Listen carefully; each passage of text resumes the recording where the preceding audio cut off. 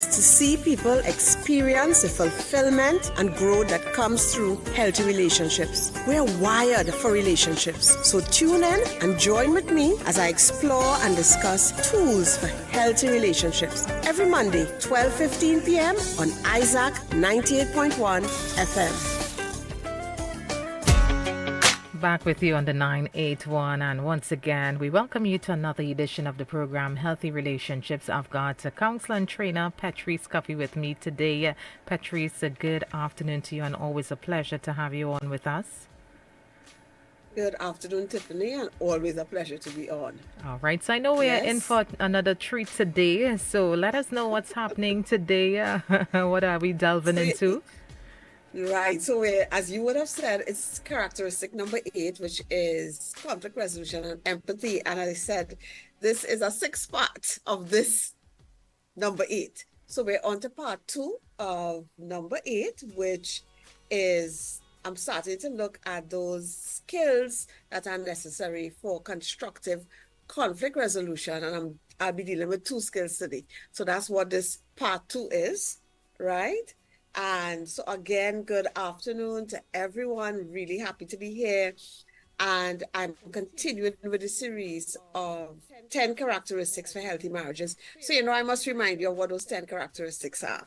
And they are 1, commitment, 2, fidelity, 3, acceptance of one another, 4, trust, 5, emotional intimacy, love and affection, 6, shared activities and friendship, 7, communication, 8, conflict resolution and empathy, 9, intentionality, and 10, a growth mindset. So, as I said, today we're on to number 8. We'll be there for a little while, right? And what I want to do today is to just share 2 of those skills that are necessary for constructive conflict resolution. And we know that conflict is normal and it happens in all relationships. You hang around somebody long enough, there will be some conflict. And so conflict is inevitable and it happens in every marriage. Now, some conflicts, as I would have shared last time, some conflicts are resolved and some conflicts are managed. And again, I want to stress this part in terms of some conflicts being managed. There are things about you and things about your spouse that could always cause conflicts if you let it. But you've learned to handle it or to manage it with a dose of acceptance, laughter, ignoring, compassion, patience, and taking your own actions, right?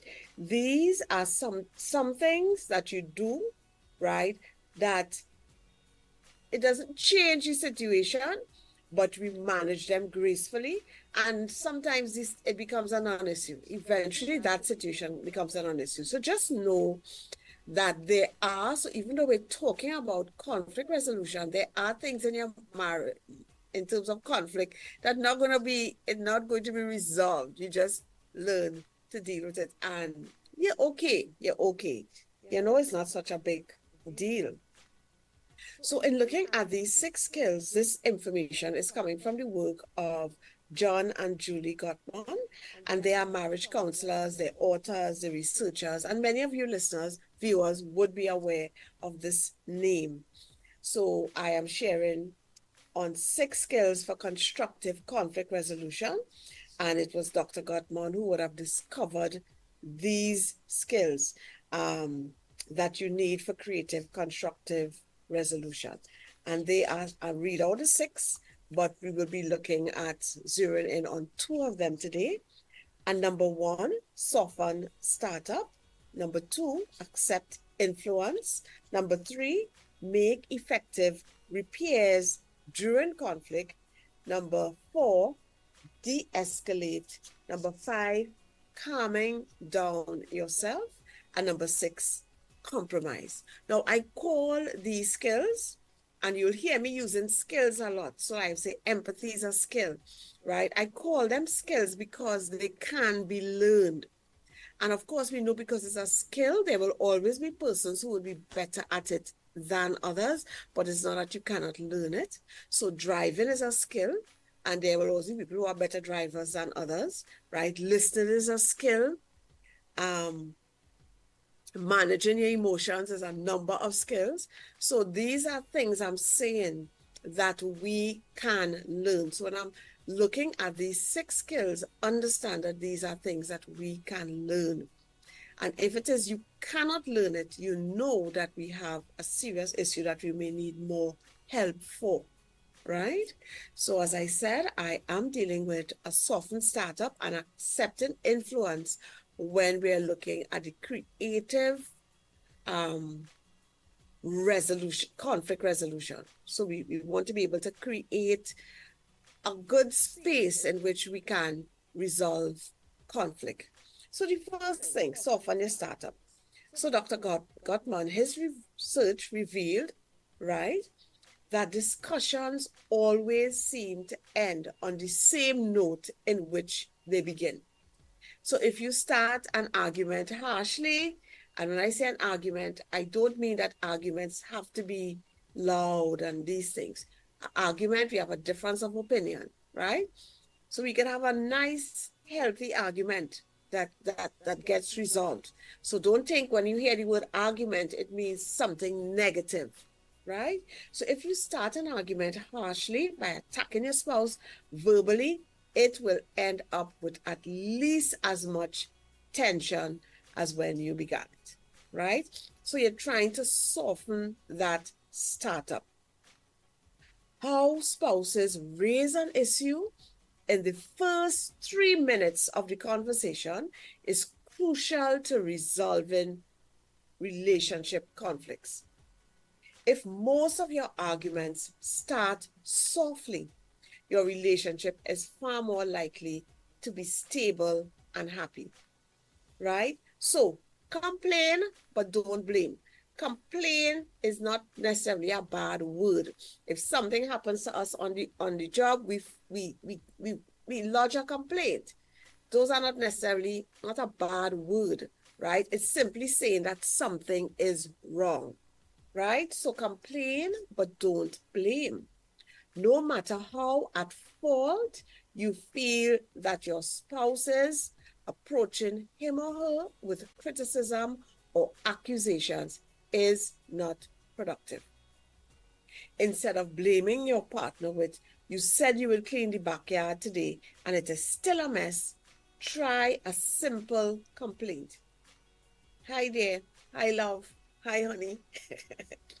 There are still fallen leaves, clogging the drain, pieces of wood everywhere. We agreed that you would clean up today and leave it there, right? So yes, you give your complaint, but you don't blame. Make statements that start with I instead of you, right? When you start statements with I, you are less likely to be critical. And actually, when you start statements with you, a person gets defensive. Once they hear you, it means you're coming at me. So a person tends to get defensive, right? So when you say something like,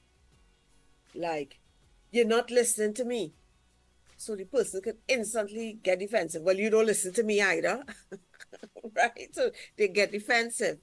But you can say something like this: I don't feel like you're listening to me right now. So you're saying how you feel. I don't feel like you are listening to me right now. So you're not saying any nevers or always, like you never listen to me, things like that, because a person would get defensive. Instead of saying, you are careless about money. So again, you are careless about money. Yeah, but you didn't see the amount, the person said, but yeah, you didn't see the amount of money you spent last month. That's defensiveness, right? So we start with you. We tend to be more critical when we start with you. We tend to put our partner in a defensive position as a result of hearing you, right? So instead, what can you say? I think we should try to save more. So you're saying I. You're not starting it with you, right? So instead of you are careless with money, you say, I think we should try to save more. And from there, we can have a discussion. Focus on how you are feeling, not on accusing your spouse. The two of you will likely feel that you're hearing and understanding each other more when you do that, right? Describe what is happening. Describe what is happening, but don't evaluate or imply a motive to the actions. And this is something that's very easy for us to do. You know, we could imply motives. So you're doing that because I did so and so yesterday. So the person may not have even been thinking about that.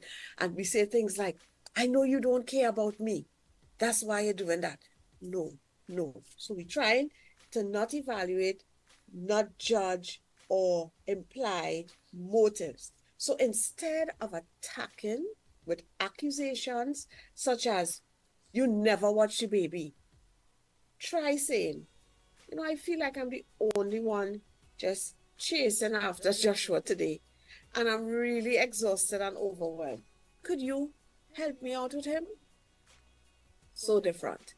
So you're not implying motives that the person, they never, or they don't want to help, or they don't care, right? You are simply describing what is happening without any evaluation or implying any motive, right? So you say something like, I know you want to get back at my mother for what she said to you 2 weeks ago, so you don't want to take her to the grocery today. You're implying motives. I know you want to get back at my mother. And the person might even be thinking about that, right? So what can you say instead? Because if you say something like that, I know you want to get back at my mother, most likely you will get either a confused look from your spouse or a disgusted look from your spouse because they feel judged by the fact that you're implying motives. Or sometimes you just get a total dismissal because the person feels judged. So you can say instead, I know that what my mom said to you was hurtful, especially as you have been very kind to her in the past. I would appreciate if you would take her to the grocery today, but if you don't want to, I understand. So totally different. You're not imputing any motives. Instead of lashing back out at you, your spouse is more likely to consider your point of view and deliver the results you are hoping with this approach. And when we say this approach, a softened startup. So you have a soft startup. Always be clear about what you want without judging or accusing your spouse. Be clear to say what you want, what you need. Now, no matter how long you have been with your spouse or how well you believe you know each other, no matter how convenient it would be, you cannot expect your spouse to read your mind. So it'd be really convenient if our husbands or wives could read our mind, but they can't. So say what you want, ask for what you want, without imputing motives. And this one, don't store things up. Don't store up things, right? So, you know, sometimes things happening and we just keeping it there. So we're going through the motions. We're trying to be understanding, trying not to complain. We're praying and asking God for grace to cope. And you know, we've all been there. We've all had times or continue to have seasons where things are really stressful. A lot is happening, very limited time. We feel exhausted. We feel overwhelmed, right? We feel like we're drowning in a whirlpool of work or problems, right? And in this state, one issue leads to another. And we finally find ourselves bringing up a list of issues at once, right? Which somehow feel all related to us. So you didn't close the door. You didn't clean the yard after the dog, with all of the mess the dog making. And you know, you're going on and on, a whole list of things, right? And of course, they feel related to you, right? And we call that flooding. So we flooded with emotions, and both parties feel entirely incapable of reaching a solution. Plus, all these issues that feel related to you they don't feel related to your spouse hearing them. So they seem very connected and related in your mind, but they don't feel related in your partner's mind. And when we get flooded like that, both people end up feeling very, very overwhelmed, disappointed, and even sometimes a little bit resentful.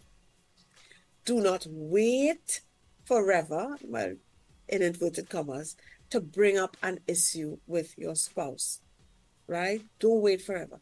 Try to bring up things as they come. Well, we can't always bring it up as it comes, but don't wait for a long time for things to just build up, build up, build up, build up, right? And your conflict discussions will be far more productive. So very, very important is having that softened startup. The second thing is to accept influence. And as John Gottman said, he said this one is mostly for men, but it's not just for men.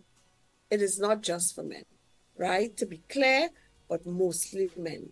In relationship, the research shows men often need a little more help than their wives when considering issues of influence, respect, and power. Men are generally trained to chase influence, respect, and power from an early age in different ways. And they are rewarded for achieving them, usually with more influence, respect, and power. The thought of relinquishing these cherished gifts is difficult to accept. Dr. John Gottman, and he's a man, he said of himself, I know because I am not great at it. I love feeling strong and right. I love winning. But I can tell you with certainty, and this is Dr. John Gottman, his statement, but I can tell you with certainty that when it comes to relationship, if one partner is winning, then both partners are losing. End of quote. That's why it is critical for both of you to learn to accept your partner's influence. So the second skill that is necessary if we have to have constructive conflict resolution, the first one is a soft startup. The second one is being willing to accept the influence of your partner. So the first step in accepting influence is a careful inventory of your conflict style. And this is where your awareness of your capacity for and the use of one or more of the four horsemen, as Dr. Gottman calls the conflict styles, will come in helpful. And these conflict styles, really what they are, is what you do when you don't want to be influenced by your spouse. So these four horsemen, as he calls it, these are things that you do when you don't want to be influenced by your spouse. So when you cannot receive influence from your spouse, it usually manifests in these four conflict styles: criticism, defensiveness, stonewalling, and contempt, right? And he is saying that the use of these behaviors communicate that your commitment to winning is stronger than your commitment to your spouse. So I just want to take a closer look at those four conflict styles as identified by Dr. John Gottman. And when these four hostile patterns of communication take up permanent residence in your relationship, they would put couples at high risk for separation and little fulfillment in the marriage. So again, those four hostile forms of communication, as we say, these are your conflict style. So this is what you do when you don't want to be influenced by your partner. They are criticism, defensiveness, stonewalling, and contempt. So criticism.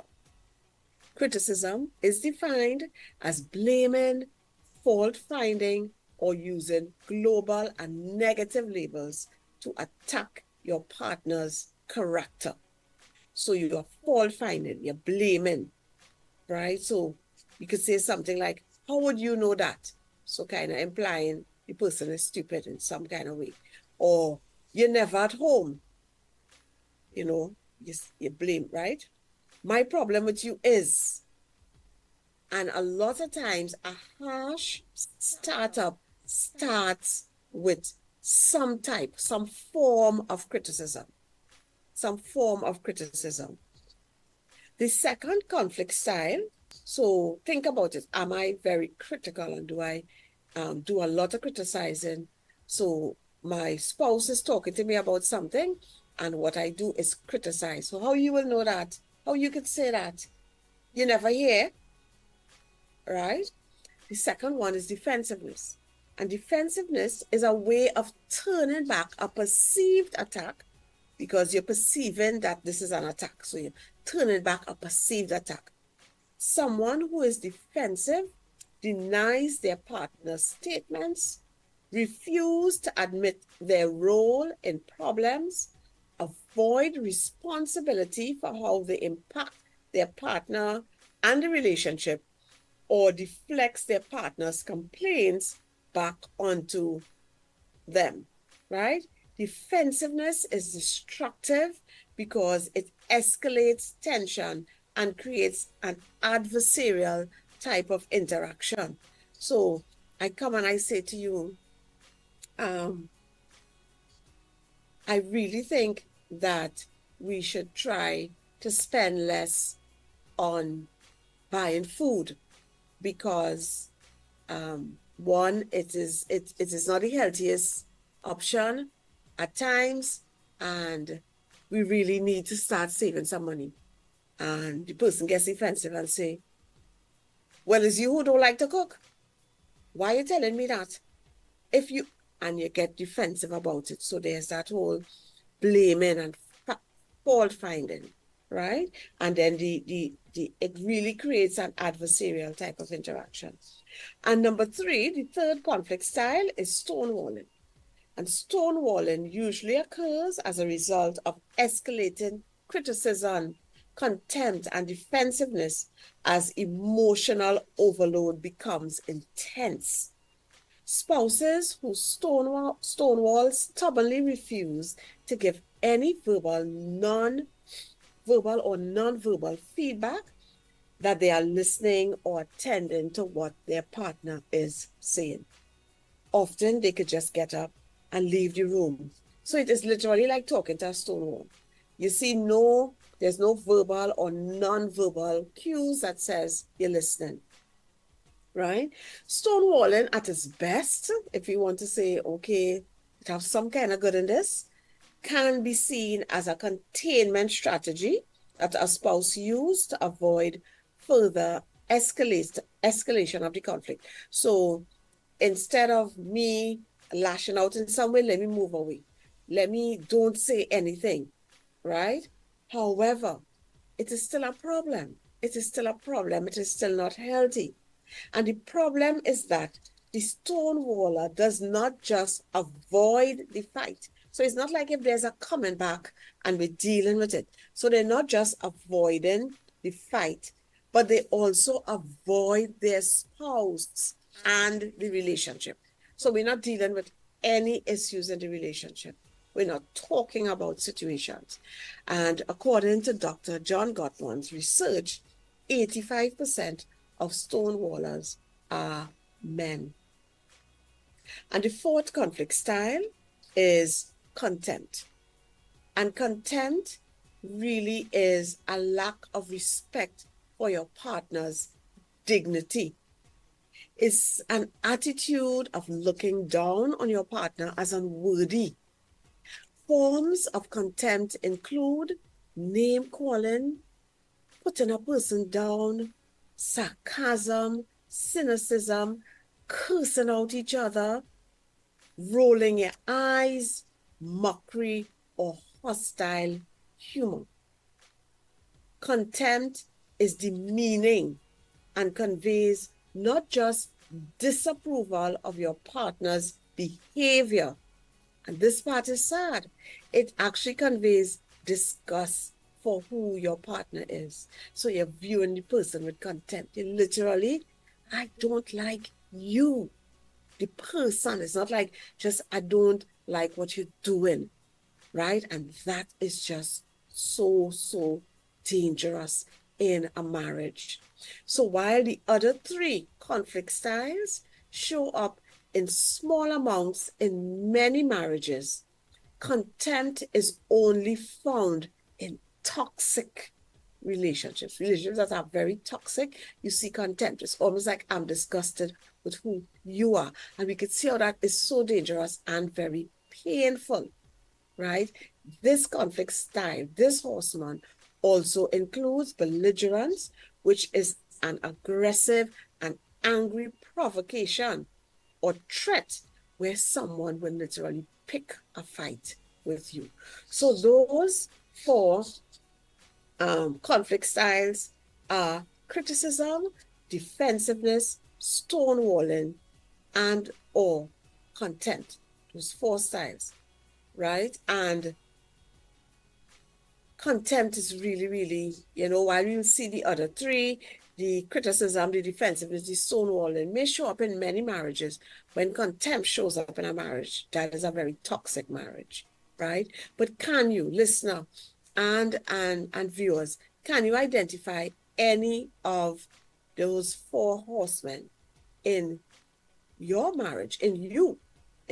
What do you do when you don't want to receive influence from your spouse? And remember that receiving influence is very, very important if we have to have a healthy marriage.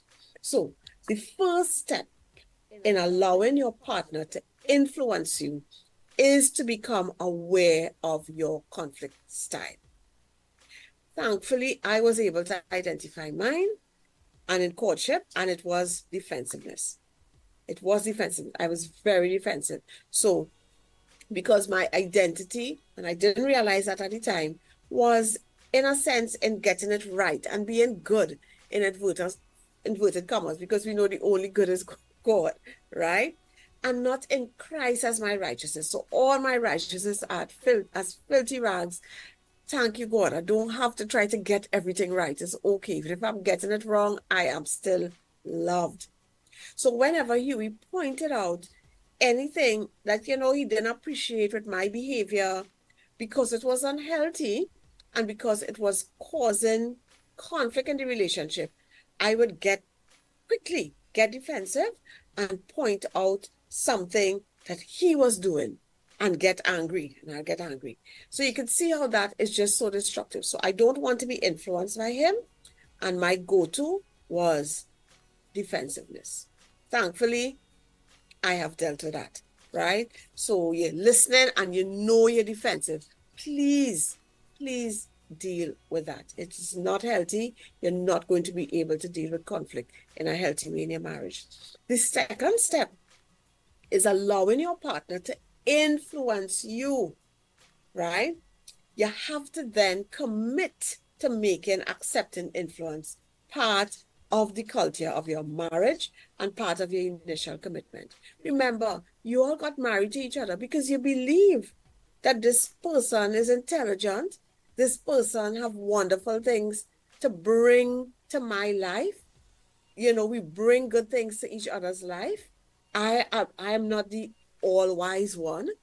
I need to hear your opinion. I need to hear your views, your take on things, your wisdom that God would have given you, right? So making accepting influence a part of your culture in your marriage is very important. As a premarital couple and newlyweds, your idea or belief about commitment is largely untested, or at least not as tested as it will be. You will set yourself up for success by committing first to personal accountability to God and yourself. I always admired Joseph, who said in Genesis 3:9b, when being seduced by Potiphar's wife, "How can I do such a wicked thing? It would be a sin against God." His attitude was always wanting to please God and honor God first by doing what was right in the situation. So cursing out your spouse is not right. Ignoring your spouse is not right. First of all, I need to do what is right in the sight of God, right? Now, with that commitment established, so I have a commitment to do what is right in the sight of God. And I'm accountable to God. I'm accountable to myself. You can invest in more complex conflict management strategies to help you navigate the relationship. The reality is that the reality is that 5 or 10 or 50 years from now, you are not going to look very much like what you do now. I can tell you that for sure. It is not just that your hair will have some grays, but you would have changed in the way that you think about life, about money, about politics, right? And personal relationships. A lot of things you're going to change. Hopefully, you will become wiser, kinder, more generous, less selfish, and more like Christ. But this will not happen naturally. It will happen through testing and allowing the Holy Spirit to do his work in your life. Remember James 1:2-4, it says, "Consider it pure joy, my brothers and sisters, whenever you face trials of many kinds, because you know that the testing of your faith produces perseverance. Let perseverance finish its work so that you may be mature and complete, not lacking anything." The test in your marriage may take the form of an addiction to work, to drugs, to pornography, etc. The test may take the form of not enough money, job loss, cancer, some other illness, or a threat of divorce. You may be tested with an inability to have children. You will definitely be tested by actually having children. You may be on opposite sides of many issues throughout the lifespan of your marriage. For example, you may be a risk taker. Your spouse may be less risk averse or a saver, need to have money in the bank. You could be, let's spend it, let's make the investment, we'll get money in the bank. You may think that children should have a strict daily routine, and your spouse may be more flexible. You may be outgoing, and all out there, and your spouse may be more reserved and like to be at home. If you do not, and listen carefully, if you do not allow yourselves to influence one another, the test will win and your marriage will lose. Very important. We are different, we're coming in different, and we need to hear each other's perspective. And we need to allow influence from each other. By making accepting influence part of your initial commitment, you can achieve mastery over your tests because they will come. The best way to do this is to adopt the notion of yield to win. Remember, if one of you are winning, then both of you all are losing, right? The notion of yield to win suggests that perhaps both partners, thus the relationship, can win by yielding or accepting influence. Pay attention to your conflict pattern over the next few weeks. Pay attention to both your natural inclination and your actual verbal responses. Do you escalate? How? Why? If you didn't escalate, what would that be like? And remember Proverbs 15:1. A gentle answer deflects anger, but harsh words make tempers flare. That's Proverbs 15:1. Dr. Gottman suggests actively looking for the parts of your partner's point of view that makes sense to you. In this way, you can begin to yield to win.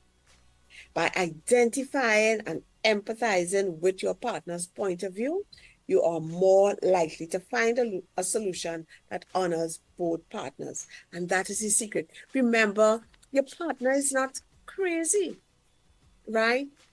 They are saying things that make sense, both persons, and we need to listen to hear those things to see where we can both adjust, where we can both receive influence from each other.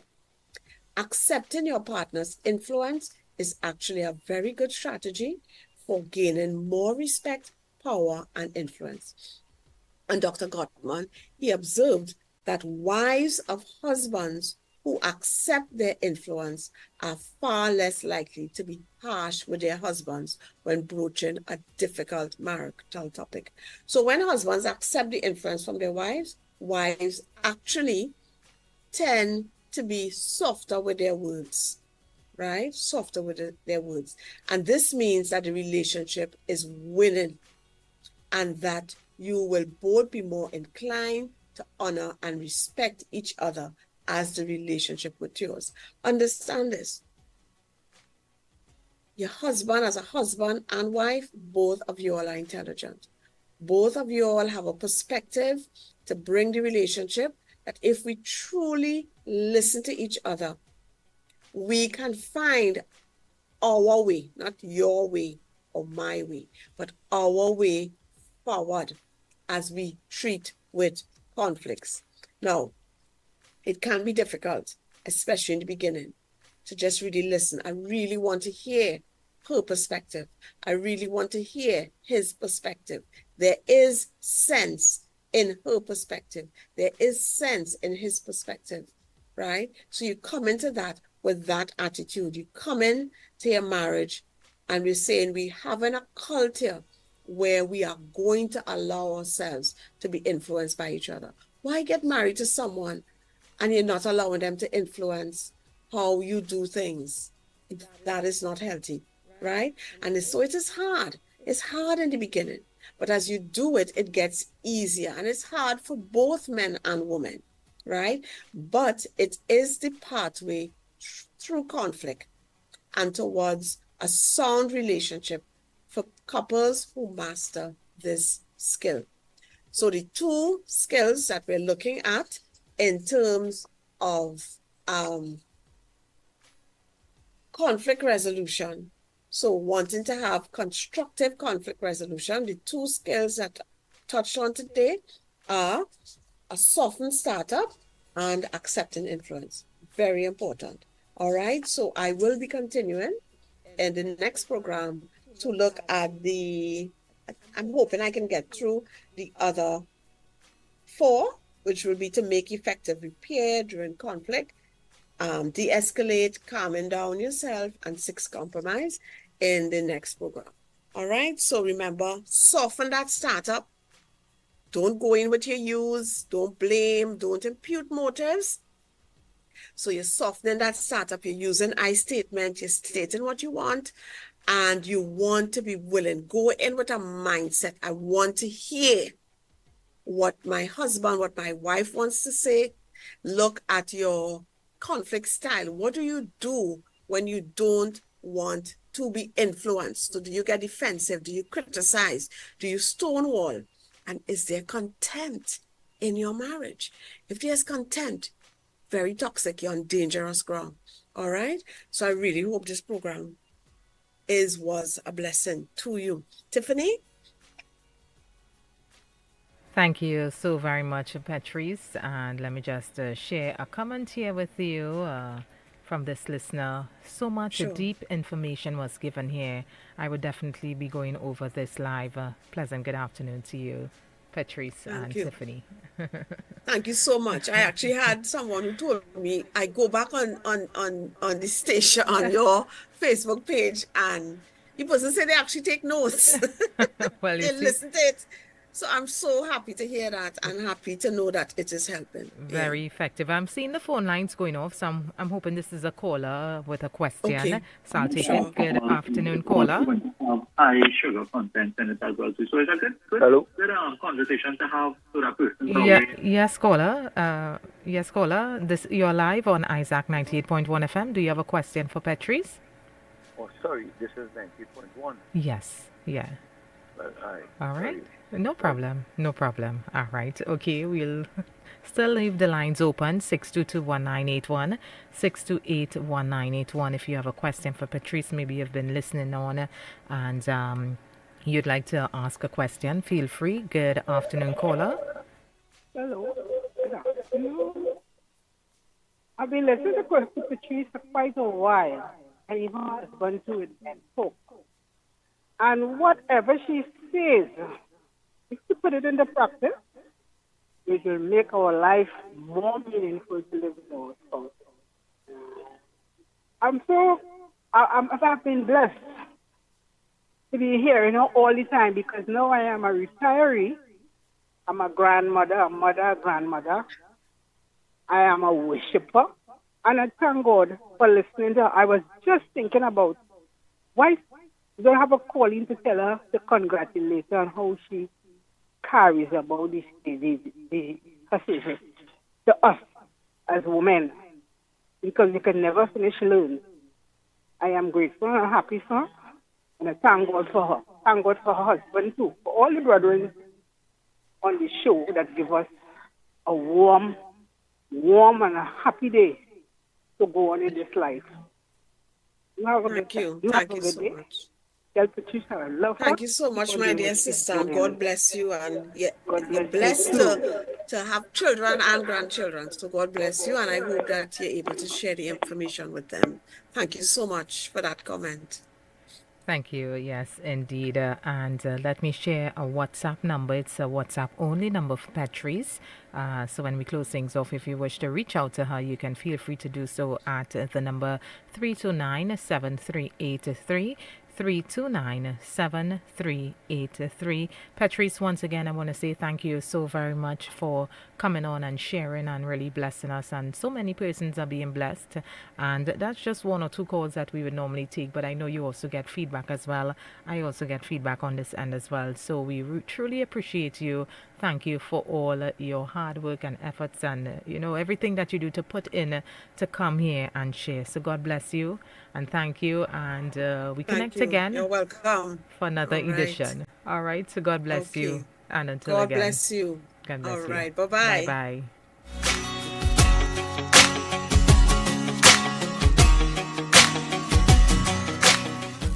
Hi, I'm Petreece Cuffie, counselor and trainer, and one of my deepest desires is to see people experience the fulfillment and growth that comes through healthy relationships. We're wired for relationships, so tune in and join with me as I explore and discuss tools for healthy relationships every Monday, 12:15 p.m. on Isaac 98.1 FM. Isaac 98.1 FM. Listen to us at home, in your cars, on your way to work, or in the office. Tune in now and listen live. Isaac 98.1.